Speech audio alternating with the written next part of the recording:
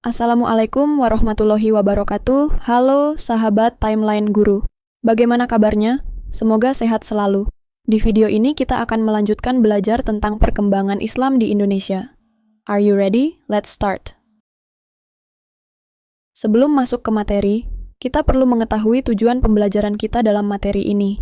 Sahabat Timeline Guru diharapkan mampu menganalisis proses awal masuknya Islam di Nusantara sebagai inspirasi untuk mengamalkan semangat yang tinggi dalam berdakwah. Apa saja yang akan kita pelajari dalam materi ini? Kita akan menjelajahi proses awal masuknya Islam ke Nusantara. Penasaran bagaimana sejarahnya? Yuk, kita mulai. Sahabat Timeline Guru, secara umum, agama Islam masuk ke Indonesia melalui beberapa jalur utama. Pertama, perdagangan. Kedua, perkawinan. Ketiga, politik. Keempat, pendidikan. Kelima, seni budaya. Dan keenam, tasawuf. Yuk, kita bahas satu persatu. Pertama, perdagangan. Tahukah kamu bahwa Islam pertama kali masuk ke Indonesia melalui jalur perdagangan? Letak strategis Nusantara di jalur perdagangan internasional menjadikannya tempat persinggahan utama bagi para pedagang dari berbagai belahan dunia. Para pedagang Muslim dari Arab, Persia, India, dan Cina datang membawa barang dagangan seperti rempah-rempah, kain sutra, dan perhiasan. Namun, mereka tidak hanya berdagang, mereka juga berinteraksi dengan masyarakat setempat, berbagi nilai-nilai Islam, dan menunjukkan sikap jujur serta adil dalam setiap transaksi. Penduduk lokal pun tertarik dan mulai mempelajari ajaran Islam. Lambat laun, agama ini berkembang pesat di pusat-pusat perdagangan seperti Jawa, Sumatera, dan Maluku. Dari perniagaan sederhana hingga perubahan besar dalam kepercayaan, jalur perdagangan telah menjadi gerbang utama penyebaran Islam di Indonesia. Menarik, bukan?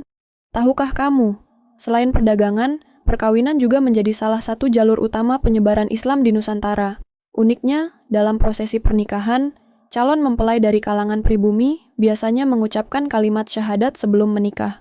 Dengan cara ini, Islam pun mulai menyebar secara alami ke berbagai wilayah.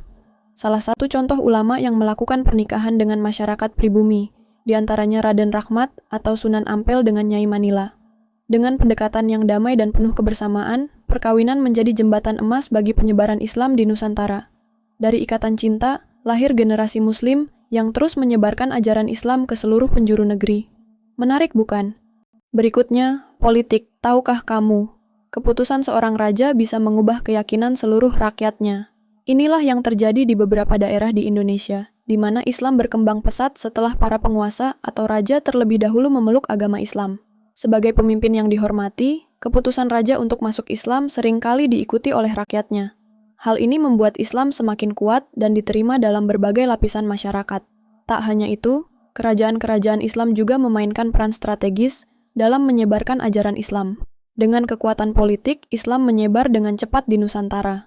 Dari istana hingga ke rakyat jelata, ajaran Islam berkembang pesat dan menjadi bagian tak terpisahkan dari kehidupan masyarakat.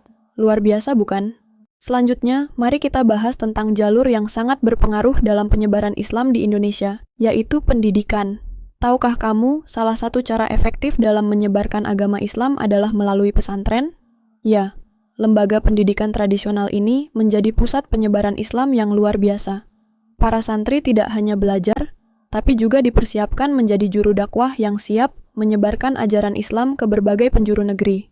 Contohnya, Sunan Ampel dan Sunan Giri mendirikan pesantren yang sangat berpengaruh di masa awal perkembangan Islam. Bahkan, pengaruh pesantren mereka menjangkau hingga ke wilayah Maluku. Yang lebih keren lagi, para lulusan pesantren ini tidak hanya lulus dalam arti akademik, tapi mereka langsung dikirim ke berbagai daerah untuk berdakwah dan mengajarkan ajaran Islam. Inilah yang membuat pesantren menjadi kekuatan besar dalam proses Islamisasi di Nusantara.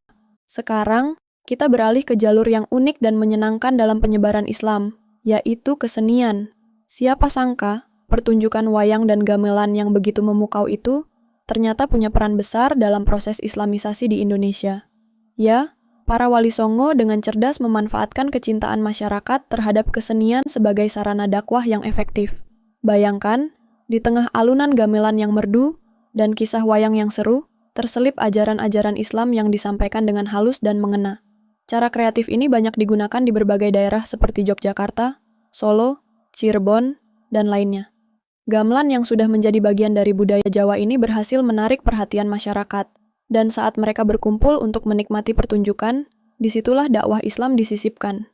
Seni menjadi jembatan yang indah antara budaya lokal dan ajaran agama. Menarik, bukan? Seni dan dakwah berjalan seiring, menjadikan penyebaran Islam terasa lebih dekat dan menyatu dengan kehidupan masyarakat sehari-hari. Terakhir, mari kita bahas tentang tasawuf, jalur penyebaran Islam yang menyentuh sisi spiritual masyarakat. Tasawuf adalah ajaran yang mengajak seseorang untuk lebih dekat, lebih mengenal, dan lebih mencintai Allah.